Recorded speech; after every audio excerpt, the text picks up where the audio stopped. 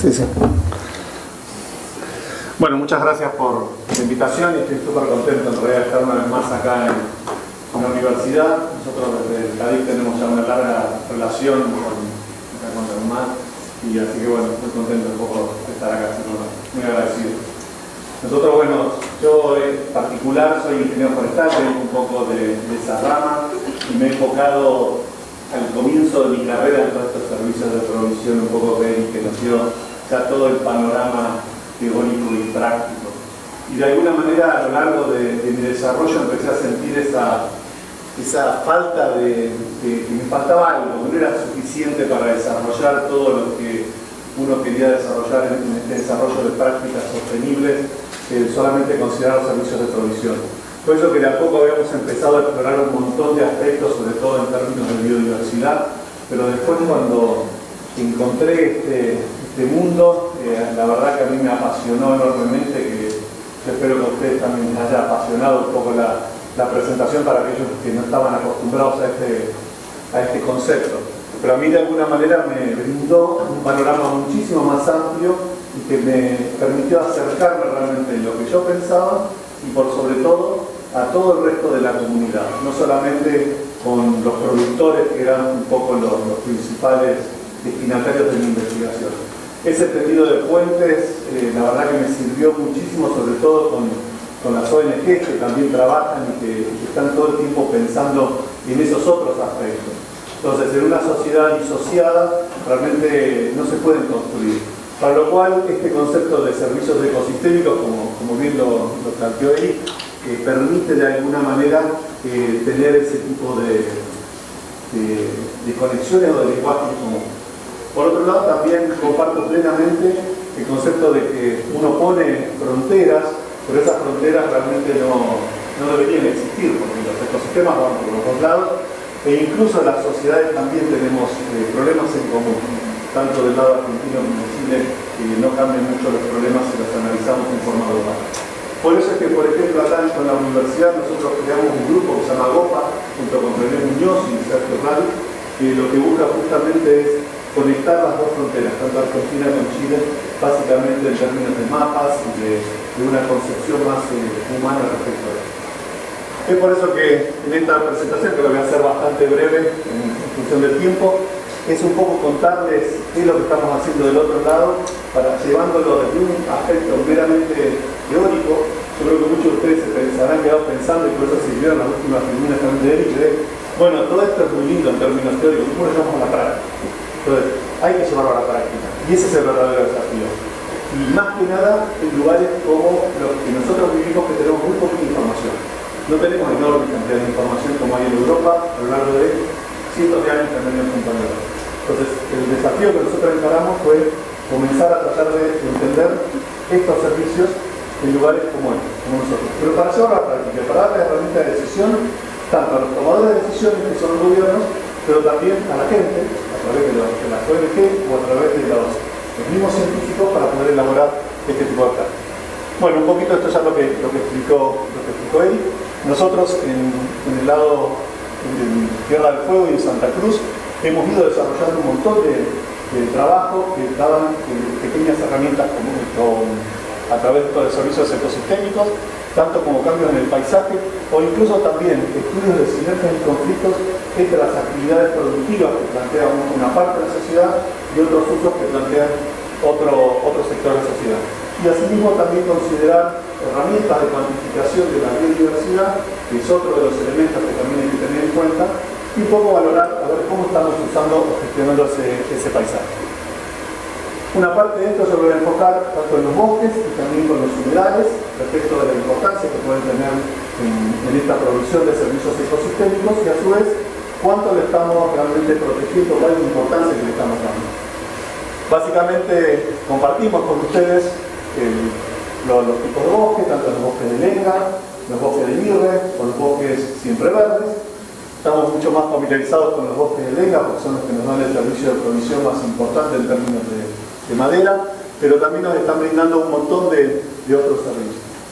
En términos de biodiversidad, es sumamente importante el concepto a la hora de considerarlo entre la toma de decisiones.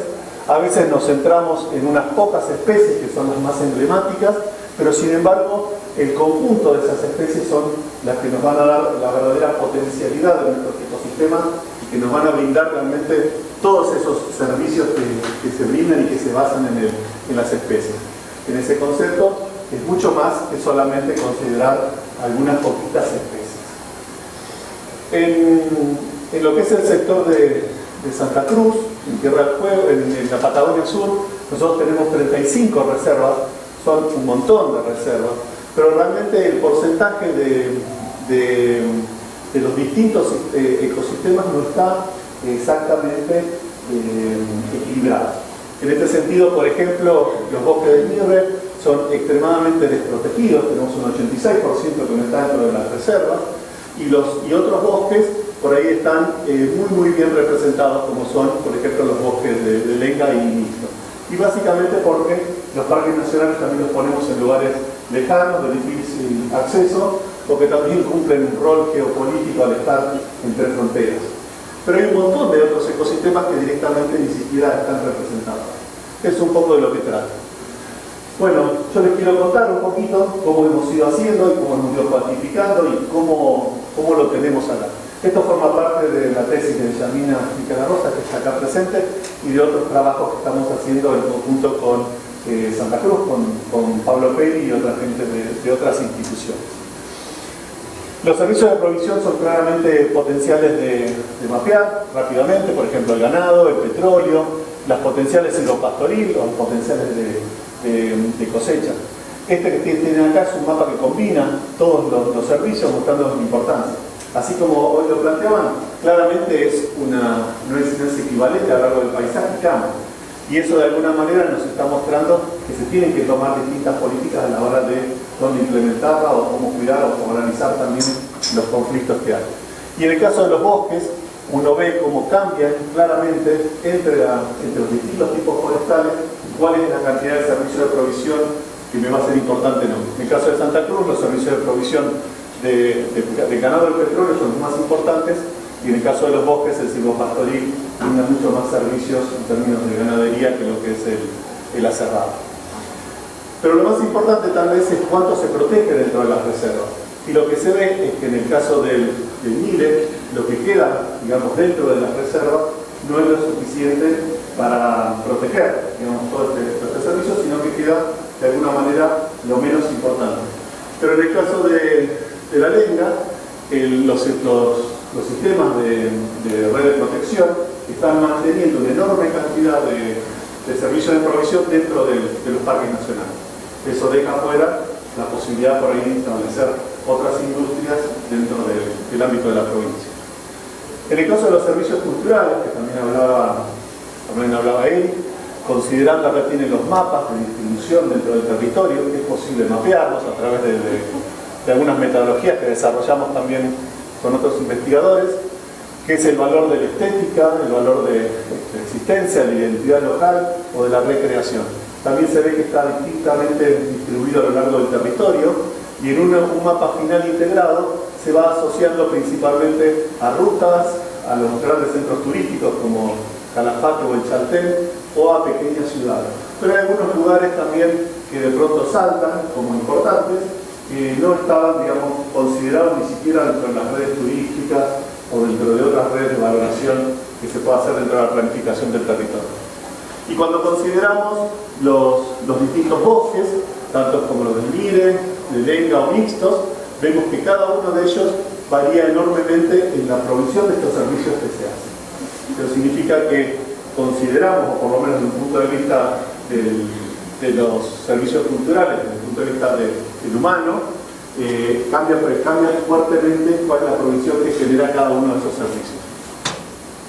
Los servicios de regulación, entendidos como la fijación del contenido de carbono del suelo, la cantidad de nitrógeno, la fijación de carbono o incluso la protección contra el suelo, también generan cambios a lo largo de todo el territorio. No es lo mismo los servicios que ofrecen determinados ecosistemas, por ejemplo, esta parte, acá este carbono, este nitrógeno, los arbustales juegan un rol muy importante y son ecosistemas que no son tenidos en cuenta en casi ninguna de las políticas, tanto de conservación como de protección como de desarrollo de sistemas sostenibles. Y los bosques, que también son importantes, bueno, sí los tenemos en cuenta y por eso están fuertemente metidos. Pero estos mapas muchas veces nos permiten resaltar servicios en ecosistemas que no tenemos ni siquiera estudiados, mucho menos considerados. Y en el caso de los bosques, también generan diferencias. Por ejemplo, los bosques de lenga generan servicios de regulación mucho más importantes que los que generan, en este caso, el NIRE o el total, bueno, comparado con el total de los bosques de la provincia. En el caso de los servicios de soporte, nosotros los analizamos a partir de la productividad primaria neta y también desarrollamos unos mapas de índice de huella humana, o el que sería el inverso de la calidad de hábitat. Este índice de huella humana está basado básicamente en las poblaciones, en los asentamientos agropecuarios, en las prospecciones petroleras, en la ganadería y en el petróleo en sí. Y lo que sale acá básicamente es cuanto más verde, me está diciendo de que mejor es la calidad de hábitat de ese lugar.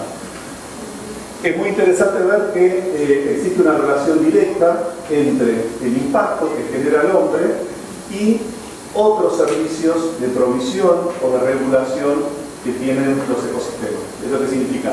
Cuanto más, por ejemplo, carbono tiene el suelo o cuanto más productividad tiene esos lugares, bueno, más impacto tiene respecto del hombre. Y lo que se están dejando como sin impacto son aquellos ecosistemas que claramente le están brindando menos servicios de provisión o que podemos convertir en términos monetarios. En ese sentido, bueno, los bosques mismos también vemos que tienen distintas calidades de hábitat. Por ejemplo, como decíamos, los bosques de NIRE son los que nos están brindando mayores servicios de provisión, bueno, son los que menos calidad de hábitat tienen. Y aquellos bosques que están por ahí mejor representados dentro de los parques nacionales o que tienen un menor interés maderero, bueno, tienen una calidad de hábitat bastante alta. De todos modos, estos valores son extremadamente, digamos, auspiciosos respecto de cualquiera otro que podamos llegar a ver a lo largo del planeta. Yo creo que tanto comparado a estos bosques que tenemos acá en la Patagonia, nosotros, tanto Argentina como Chile, probablemente haya pocos lugares en el planeta donde se encuentren este tipo de calidad de mantenimiento, por lo menos del hábitat. Por otro lado, también otra forma también de poder cuantificar la importancia de los ecosistemas es a través de la biodiversidad. Nosotros realmente tenemos muy mala información, tenemos muy poca información de campo y de base como para poder desarrollar. Sin embargo, es muy fácil hacer, y de hecho acá ustedes en la región, en Magallanes, tienen excelente información al respecto, es la posibilidad de desarrollar mapas de hábitat. Nosotros hicimos una metodología donde mezclando el conjunto de habitabilidad de distintas especies, poder desarrollar después un único mapa que me permita tener una biodiversidad potencial. En este caso, el mapa que ustedes ven acá me está mostrando la importancia de la biodiversidad para un conjunto de organismos. Acá está incluido el huemul, está incluido escarabajos, están incluidos lagartijas, están incluidas un montón de especies de aves y más de 100 especies de plantas. En ese conjunto es lo que ustedes tienen acá. Entonces se ve la importancia de los bosques dentro de se ve la importancia de algunos sectores de bosque. Acá lo que se ve más en verde es lo que tiene mayor importancia en términos de biodiversidad. La importancia de algunos bosques, como acá en esta parte del NIRE o la parte esta de acá cerca del Calafate, pero también se ve la enorme importancia que ocupan otros ecosistemas que nunca los tenemos en cuenta a la hora de hablar de conservación o de biodiversidad. O sea, es muy común, por lo menos en la Argentina, decir, bueno, quiero proteger determinadas lagunas porque tengo al macaco viano. O quiero proteger más bosques porque se están degradando y hay que proteger al huemul. Sin embargo, todos estos sectores no los estamos nunca teniendo en cuenta a la hora de desarrollar nuevas reservas. Y ahí, por lo menos en Santa Cruz, es donde se encuentra el mayor potencial de la biodiversidad. Y también tiene que ver con los bosques. Si yo solamente de este mapa extraigo los bosques, lo que voy a tener es que en términos de biodiversidad, los bosques de NIRE me están manteniendo un mayor potencial de especies únicas que no están en el resto de los bosques. Veamos, los bosques mixtos son los que menos biodiversidad me están manteniendo, los bosques legales siguen los bosques NIRE. Sin embargo, nunca he escuchado decir que se quiera hacer un parque nacional, una reserva, manteniendo bosques de minería. ¿Por qué? Porque eso se usa para la ganadería. Y en términos de humedales, solamente para hacerles un pequeño reconto, realmente en la parte argentina, tanto en la parte chilena también, hay enormes cantidades de humedales, hay enormes cantidades no solamente de turberas y de turbales, sino también de gualbes que están metidos dentro de toda la matriz de bosque, que muchas veces son invisibilizados dentro de las tomas de decisiones y no se consideran. Acá hay un sector de la ciudad de Ushuaia donde claramente se ha ido viendo cómo se ha ido, acá está el remanente del bosque, se ha ido destruyendo toda la matriz natural, ese capital, pero sí lo que ha ido sobreviviendo son los humedales. Y hay un montón de iniciativas dentro del ONG principalmente que están queriendo revalorizar este tipo de estructuras dentro de la misma ciudad. Por supuesto que se lidia con ¿qué? Con la urbanización, que es la modificación directa, o también la explotación. En este caso, la extracción de la turba es una explotación, está en la Argentina, está considerada dentro del Código Minero, no sé acá en Chile, y es básicamente porque son miles de años lo que se tarda en hacer. 1 milímetro de turba, ¿sí? Es lo que se va acumulando para. Entonces, hay que pensar que cuando uno saca 7 metros de turba son 7.000 años. Entonces, en definitiva, cuando se lo considera como un código minero, se está invisibilizando todos los otros servicios que se hacen, como hablaban viendo de regulación, los del agua, pero también un poquito yo quería hacer referencia a la biodiversidad. Porque aunque nos parezcan que son sistemas que tienen poca biodiversidad, no hay que pensarlo solamente en esa poca, sino en cómo es la calidad en términos de las especies iguales. Acá hay algunos ejemplos para aves, plantas y dos grupos de insectos respecto de ambientes con alta disponibilidad de agua, que son básicamente turberas y gualbes, sectores de bosques productivos y estos ambientes de borde que tienen que ver un poco con ambientes abiertos o bordes de bosque. Lo que se ve acá, por ejemplo, es que en términos de plantas, hay un montón de plantas que están asociadas a esos ambientes de... Estas serán las plantas generalistas, estas son plantas de bosques, pero estas son las plantas que están asociadas principalmente a estos ambientes, digamos, con alta disponibilidad de agua. En el caso de las aves también, tenemos un montón de aves que solamente las vamos a ver ahí, que van a estar ahí asociadas a esos ambientes. Y en el caso de los insectos, tal vez no es lo más importante, los insectos están mucho más en los bosques productivos que en los ambientes con alta disponibilidad de agua. Sin embargo, hay varias especies que solamente las encontramos ahí. Estas especies, por lo que vemos acá de dípteros, solamente están en esos ambientes. Esto es lo que, por ejemplo, también estamos perdiendo con el caso del castor. El castor, que ha destruido casi el 80% de los bosques riparios que tenemos, por lo menos en el lado argentino, son 220.000 castoreras que hay en todo el archipiélago. La mitad están acá del lado chileno y la mitad del lado argentino. Han destruido principalmente estos ambientes. Y estas son las especies que tenemos acá, que son las que están en riesgo debido también a ese otro factor. Pero también les quería contar un poco a escala de paisaje. Entonces, acá lo que ustedes ven es para el sector norte de Tierra del Fuego, donde abarca bosques de mire y de lenga, cómo son los distintos ambientes. Estos que ustedes ven en colores llenos son bosques, y estos que tienen en colores blancos son ambientes abiertos, o sea, humedales, turberas y algunos pastizales asociados. Y lo que se ve es que el ensamble de biodiversidad es totalmente distinto. Para lo cual, cuando protegemos un bosque, no estamos protegiendo todas las especies, estamos dejando afuera un montón. Esto es lo que me está justificando de que los humedales y las turberas tengo que protegerlas también. Si lo vemos en cada uno de los sectores, vamos a encontrar siempre el mismo patrón. O sea que los humedales están manteniendo una biodiversidad distinta. Incluso cuando vamos a grupos mucho más específicos, como son en este caso las arañas o los pseudoescorpiones, también vamos a ver que los pastizales y los turbales son completamente distintos respecto de los bosques. En cualquier cosa que nosotros hagamos. Acá, por ejemplo, tienen un ejemplo de lo que son el ensamble de especies de arañas para una estancia en Tierra del Fuego. Y lo que vamos a ver es que las arañas que nosotros tenemos en bosque y las arañas que tenemos por fuera son totalmente distintas. E incluso entre pastizales y turbales tenemos, por ejemplo, 8 especies de arañas que solamente las vamos a tener dentro de los turbales. Así nosotros lo veamos como sistemas tremendamente. Y tienen arañas, especies, que son únicas, o sea, no están en ningún otro lugar del planeta. Y esas especies las tenemos invisibilizadas, o sea, no les ponemos ni la más mínima importancia. Bueno, un poco como comentarios finales, y básicamente pensando en esos trade-offs que también se hablaban hoy acá en esta sala, es pensar un poco qué es lo que nos aporta cada uno.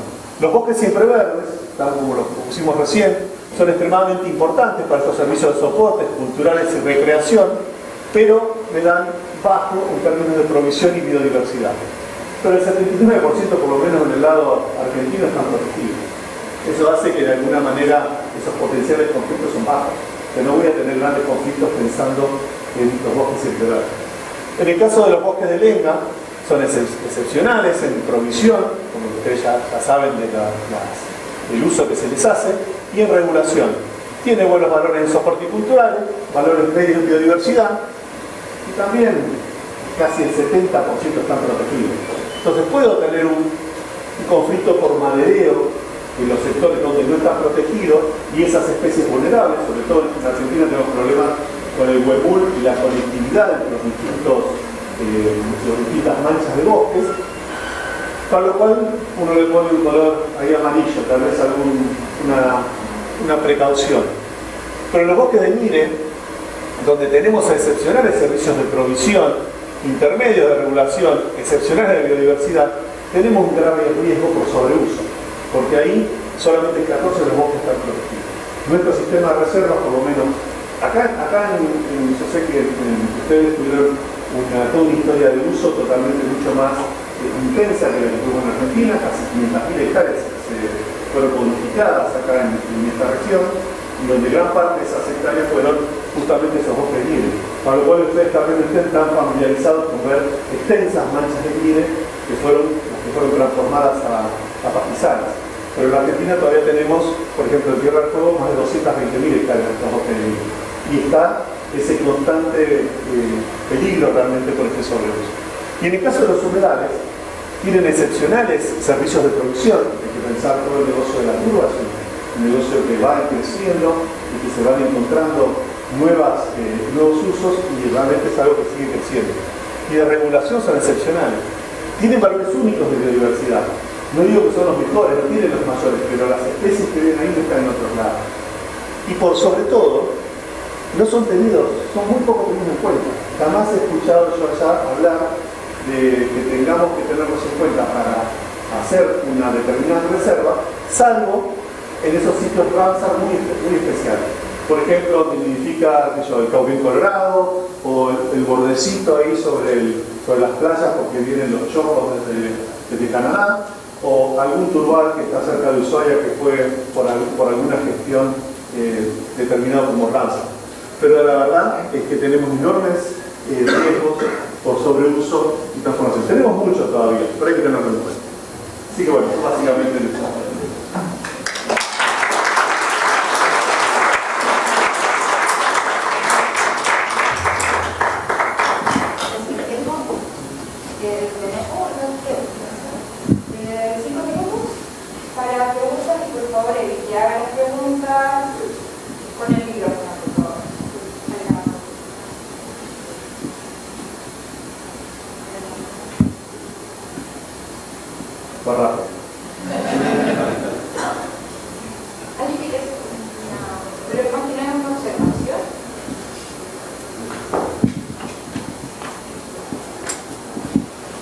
No, es una observación de lo que tú decías de los bosques de Ñirre, que acá, yo no soy experta en bosques ni nada de eso, pero sí me interesa, bueno, siempre me interesaba el tema de los bosques de Ñirre, Lenga y coihuelos típicos de acá.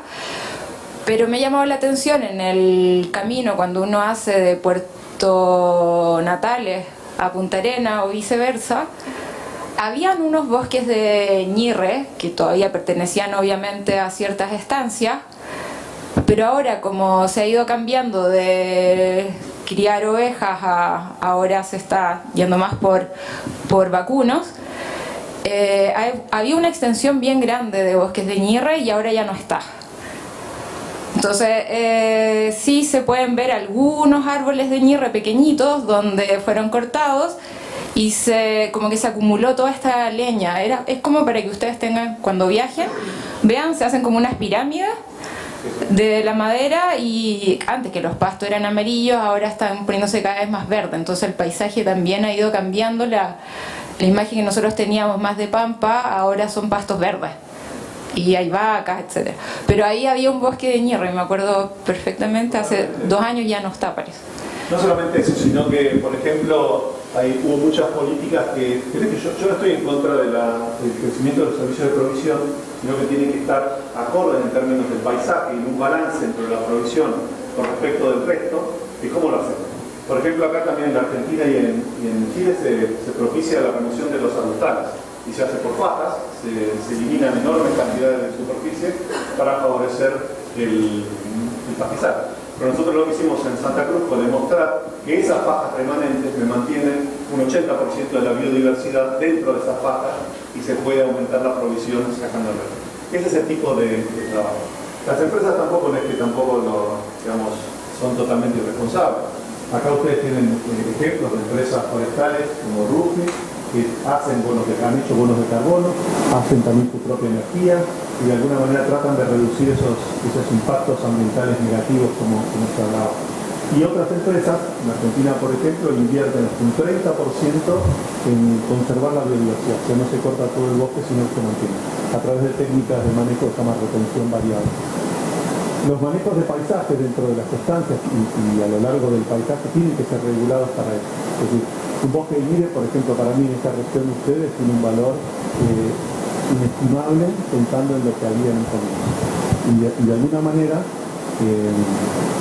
podemos primero identificar esos servicios y después valorarlos un poco, como decía Eric, que va a dar la verdadera dimensión de lo importante que pueden llegar a ser para la sociedad. Pero se invisibiliza muchas veces. Simplemente dicen, mirá qué lindo que está ahora que se sacó todo el palerío. Acá, por ejemplo, en varios lugares se están sacando en Tierra del Fuego y en estos sectores que se están limpiando los campos, sobre todo en Aysén también, donde fueron varios millones de hectáreas los que se sacaron, se paga para poder limpiar también eso. Que no está mal, pero sí hay que pensar en los servicios que promovían y en términos de restauración, o también en lo que la sociedad requiere. Para lo cual nosotros requerimos servicios de provisión, pero también de los otros. Ahí es donde está este equilibrio.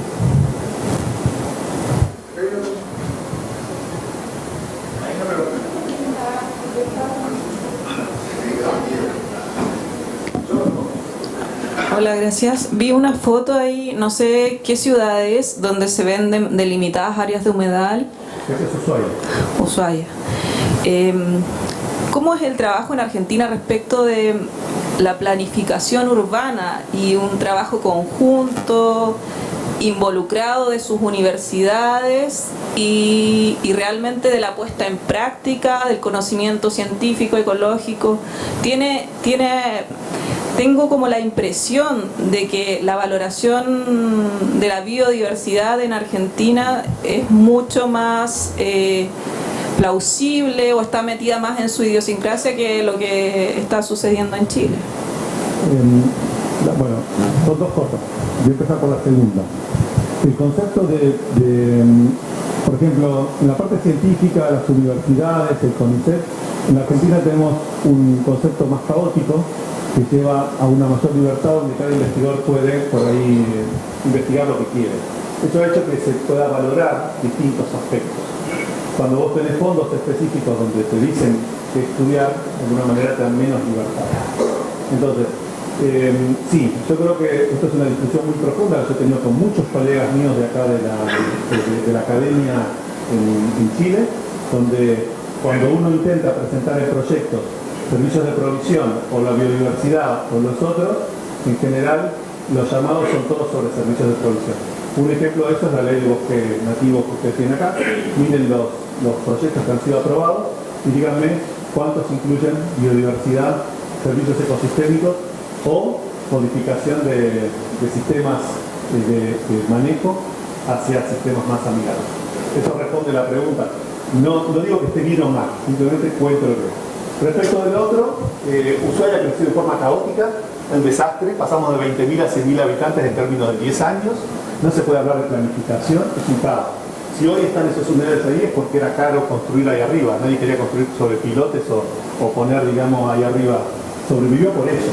Hoy en día yo te puedo decir que la última administración, estamos hablando de los últimos 4 años, recién está incorporando el concepto de mantener estas unidades verdes, darles una planificación y empezar a valorar los servicios ecosistémicos que brindan esas áreas que no tienen un destino. O sea, son sectores verdes dentro del urbano que no tienen hoy un destino, y decir, vamos a valorar qué servicio ecosistémico me está brindando antes de pensar en transformarlo. Pero estamos hablando de los últimos años. Prácticamente yo te podría decir que esto se maneja al revés. En Argentina, la Ushuaia se ha manejado como que entra la gente primero, ocupa los lugares y después vamos a ver cómo lo reclama. Entonces, no es tal vez la percepción. Digamos, tiene que ver con el liderazgo nuevo que hay. Sí. O la misma gente, las ONGs y los mismos científicos, cuando los científicos también sacan algo a la luz, esto vamos a tenerlo en cuenta. O las ONGs que están diciendo, estás destruyendo el humedal, bueno, ahora vamos a mantenerlo. No es desde arriba hacia abajo, sino de abajo hacia arriba. Sí, así nomás. De hecho tenés un enorme humedal que está al lado de la ciudad, que está cerca de se conoce Ushuaia, cerca de la pasarela. Eso se creó toda una reserva urbana a partir de un grupo de observadores de aves que dicen, no, que hay que mantenerlo, tenemos que protegerlo, y le pusieron el valor. Si no, se hubiera transformado y hecho una urbanización.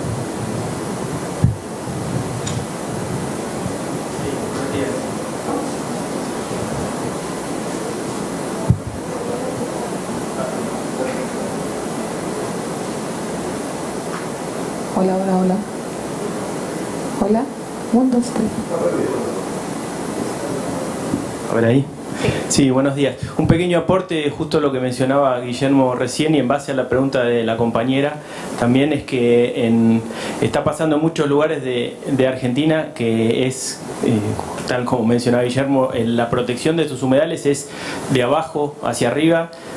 Pertenezco a una organización con la que estamos trabajando en varias localidades, de hecho, bueno, compañeros con los amigos de Agrupación Ecológica, y bueno, es el caso de Ushuaia, Río Grande, Río Gallegos, Punta Arenas, está pasando en Calafate, está pasando en Chaltén, por una pequeña debilidad, grande del Estado a distintos niveles de no proteger estos humedales, y a partir de la articulación de organizaciones de la comunidad poniendo en valor estos humedales, que realmente es con mucho esfuerzo. Pero bueno, estaba mirando el caso de la foto de Monte Gallinero, el Turbal adentro de la ciudad, que es un caso para mencionar, y bueno, acompañando lo que estamos haciendo hoy, ¿no? También es un pequeño aporte, ¿no? Gracias.